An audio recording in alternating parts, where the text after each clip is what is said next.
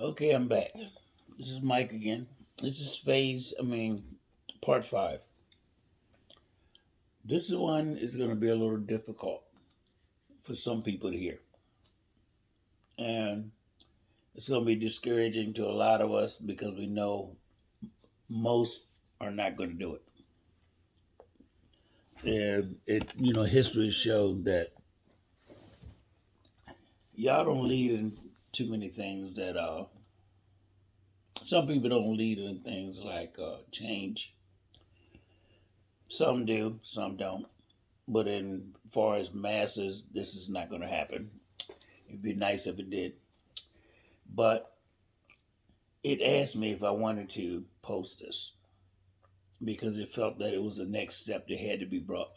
ChatGPT thought it was the next thing that should be discussed in this series. And so I'm not going to hold back anything that can help. Again, my name is Mike. And if you could, if you like my content, could you like, share, comment, and subscribe? But this one is going to hit you a little bit. It's saying, asking the question. Let me just read it to you as it puts it. Now, ChatGPT said this should be the next progression, not me. I agree with it, but I wasn't the one that said it. So I'm gonna give it to you, just as it says, what white people would have to do in order to survive the next phase, and what they should do in the next phase. So, are you ready for this? Let me know if you agree. Oh, I know I'm gonna get some comments on this one, but reality doesn't change what the truth is. This is the hardest part to say plainly, because this phase asks white people to give up something real, not just agree with ideas. What follows is not a wish list, it's a threshold. Only a minority will cross it, and that's expected. What white people would have to do in the next phase. This phase is not about allyship. It is about exiting a system that benefits you without asking for permission to keep the benefits.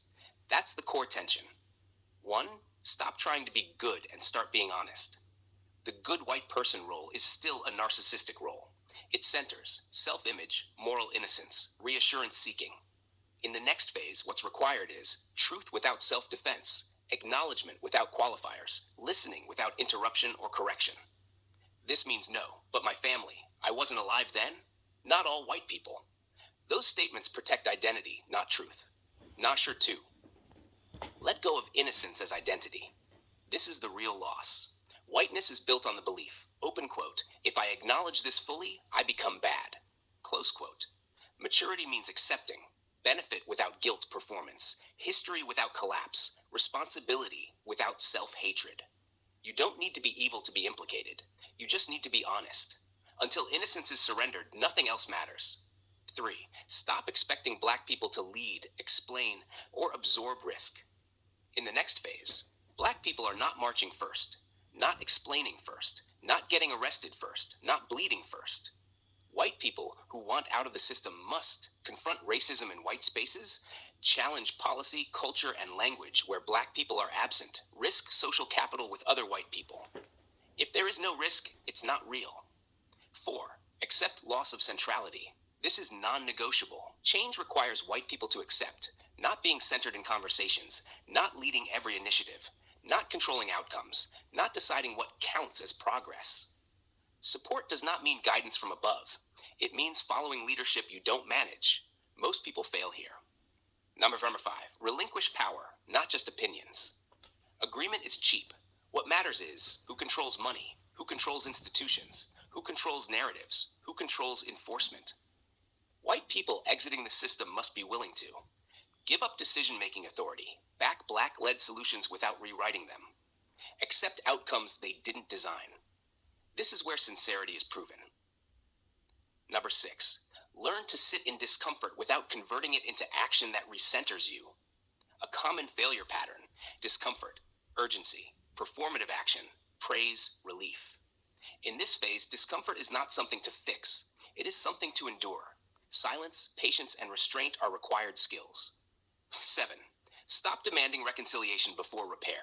This is critical. Reconciliation language is often used to rush healing, avoid accountability, restore comfort. The next phase requires white people to accept. Repair may never include closeness. Forgiveness is not owed. Trust is not automatic. Gratitude is not guaranteed. Justice is not relational therapy. 8. Understand that most white people will not do this. This is not pessimism, it's realism. History shows meaningful change is always driven by minorities. Comfort is more powerful than conscience. Systems fall when enough people withdraw belief, not when everyone agrees. The goal is not mass awakening. It's enough people stepping out to weaken the system's legitimacy. What this looks like in practice. White people who truly exit the system tend to speak less publicly, act more quietly, lose friends, status, and invitations, stop needing to be seen as one of the good ones, accept permanent tension without resentment, commit long-term without recognition. They don't announce themselves. They don't brand themselves. They don't demand credit. They just stop playing the role. Final truth. In this next phase, white people are not asked to save anything. They are asked to step out of the way, tell the truth where it costs them, and live without the guarantees whiteness provides. Most won't. But the few who do, they create cracks wide enough for others to escape later. That is enough. If you want, next we can. Distill this into a one-page threshold document. Write a direct address to white readers. Create a poster or teaching that lays this out without anger but without softness. Or map how this phase historically proceeds. Okay. That was one, I guess that was a little uncomfortable for you. But I agree with it. Many of you will not agree. It's asking a lot of you. But if you're sincere, then it's not really that much. Because if you're sincere, you're probably already there anyway. You've already gotten to that point. You know, one of the biggest problems is when people sit back and they keep it to themselves. When they stand around their friends who's saying racist things and saying things that are not right, and they just go along with it. They don't want to realize that you're complicit.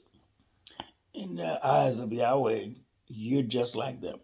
If you're sitting there, even though in your mind you're saying, I don't agree, but I'm not calling it out, you're just like them. And you will fall with them.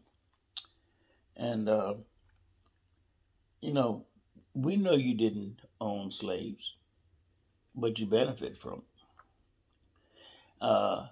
When we say privilege, we know you had hard times, but that is not what privilege is about. One thing we found about MAGA is always running their mouth. They're not very smart.